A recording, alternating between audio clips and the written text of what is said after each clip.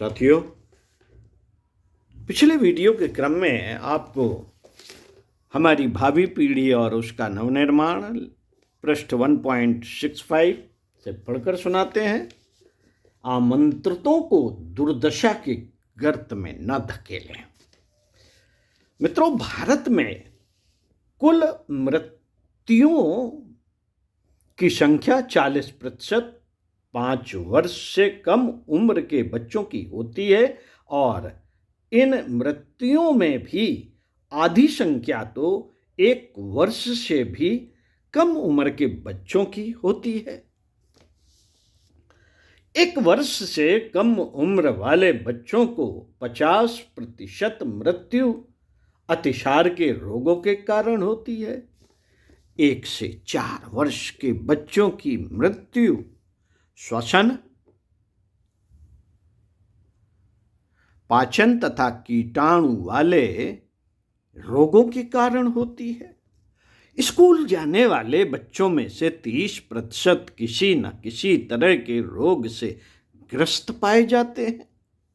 भारत की लगभग 80% जनसंख्या ग्रामीण क्षेत्रों में रहती है, लेकिन उन क्षेत्रों के अस्पतालों में मात्र 30% मरीजों को रखने की व्यवस्था है तथा देश भर के 20% डॉक्टर उनकी सेवा के लिए उपलब्ध हैं। सरकार द्वारा कई स्वास्थ्य केंद्र भी इन क्षेत्रों में ग्रामीणों की स्वास्थ्य सेवा के लिए खोले गए हैं, हर वर्ष खोले जाते हैं, परंतु गरीबों से उनकी औसत दूरी इससे लाभान्वित नहीं हो पाती।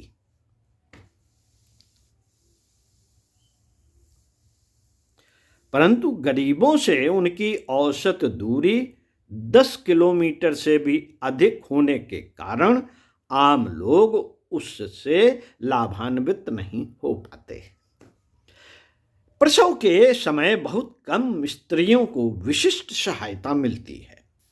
देश में लगभग 25 करोड़ बच्चों की आवश्यकताओं की पूर्ति के लिए मात्र 25 बच्चों के बड़े अस्पताल और 424 बाल चिकित्सा वार्ड हैं, जहां 9,300 रोगग्रस्त बच्चों को रखने की सुविधाएं हैं। ये सारी सुविधाएं न्यूनतम आवश्यकता की मात्र 50% ही हैं। वे सुविधाएं गांव से बहुत दूर पर स्थित हैं। बिहार, उड़ीसा और हरियाणा में तो एक भी बच्चों का अस्पताल नहीं। अब खुल गए हों तो अलग बात।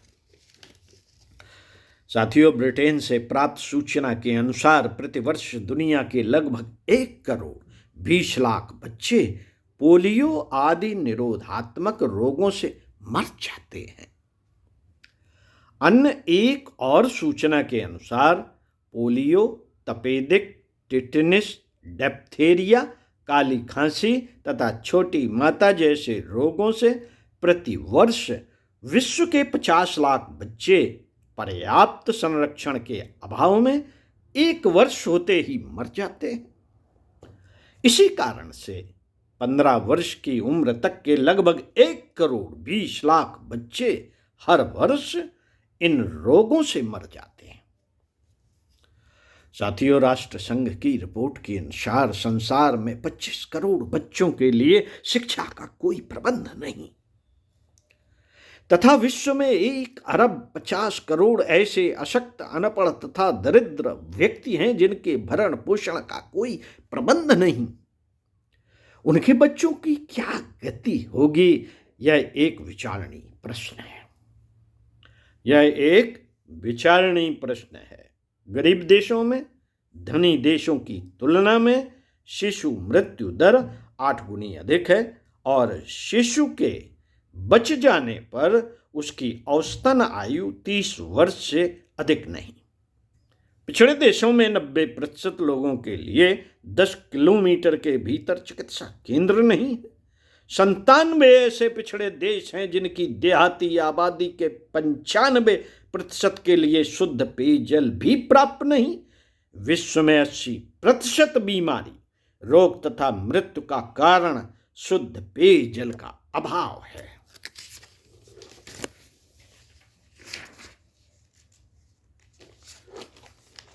साथियों, गरीब देशों में 15 वर्ष तक की उम्र के 50% बच्चे अनपढ़ हैं।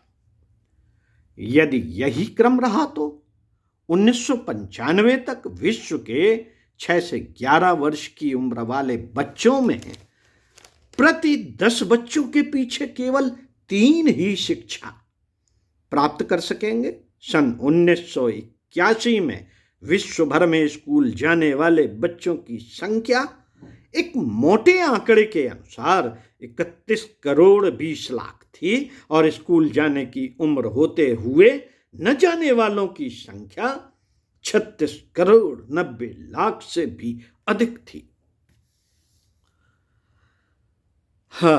सन 1960 में विश्व में अशिक्षित बच्चों की संख्या 70 करोड़ थी तथा 1970 में यह संख्या बढ़कर 75 करोड़ 60 लाख हो गई। सन 1969-71 के बीच अशिक्षित लड़कों की संख्या में मात्र 1 करोड़ 10 लाख की वृद्धि हुई, जबकि अनपढ़ लड़कियों की संख्या में 4 करोड़ 50 लाख की वृद्धि हुई। लगभग यही क्रम गत दशक 1970-1981 में भी रहा, जबकि उसी अनुपात में आबादी बढ़ी है। एक रिपोर्ट के अनुसार विश्व में इस समय 110 करोड़ व्यक्ति अशिक्षित हैं। इनमें से लगभग 30 करोड़ तो हमारे ही हिस्से में आते हैं। लंदन विश्वविद्यालय की एक रिपोर्ट के अनुसार विश्व में 35 करोड़ बच्चे पौष्टिक भोजन, स्वस्थ स्थान, शुद्ध पेयजल तथा शिक्षा के अभाव से ग्रस्त हैं और इसी स्थिति के कारण उनकी शीघ्र मृत्यु हो जाती है या वे मानसिक दृष्टि से गई गुजरी स्थिति में जीवन बिताते हैं। यह एक स्मरणीय तथ्य है कि वर्ष 1981 विश्व बाल वर्ष के रूप में मनाया गया। इस वर्ष संसार भर में 12 करोड़ 20 लाख शिशु जन्मे। उनमें से एक वर्ष के भीतर 1 करोड़ 22 लाख बच्चे मर गए। विश्व में प्रतिदिन 35,000 बच्चे इसी प्रकार मृत्यु के मुंह में चले जाते हैं। संतानोत्पादन से पूर्व नवांगतुकों की व्यवस्था कर सकने में असमर्थ बुद्धिहीन जीवधारी हो तो एक बात है, पर मनुष्य जैसे बुद्धिमान समझे जाने वाले प्राणी के लिए सर्वथा अशोभनीय है। बहुप्रजनन की प्रवृत्ति निर्दयता पूर्वक कुचल कर रख देती है। मक्खी मच्छरों के झुंड और श्वान विलापों के बच्चे ऐसे ही उद्दंड से अकड़कर पहिए के नीचे कुचलकर भूख से तड़प कर मरते देखे जाते हैं। यदि इसी निमित्त मनुष्य भी अविवेकपूर्ण प्रजनन करे और अपनी संतान को दुर्दशाग्रस्त देखे तो उसकी मूर्खता ही नहीं, दुष्टता भी कही जाएगी। पंडित श्री राम शर्मा आचार्य। साथियों, बच्चे तो पैदा करें, प्रजनन बढ़ाएं, लेकिन साथ ही यह भी ध्यान रखें कि जिसको हम बुला रहे हैं उसका स्वागत सत्कार देखभाल करने की क्षमता भी है या नहीं, और है तो उन्हें सुसंस्कारवान भी बनाएं। इसी क्रम में आपको आगे पढ़कर सुनाएंगे, संतान को सुसंस्कार भी बनाएं। ओम शांति।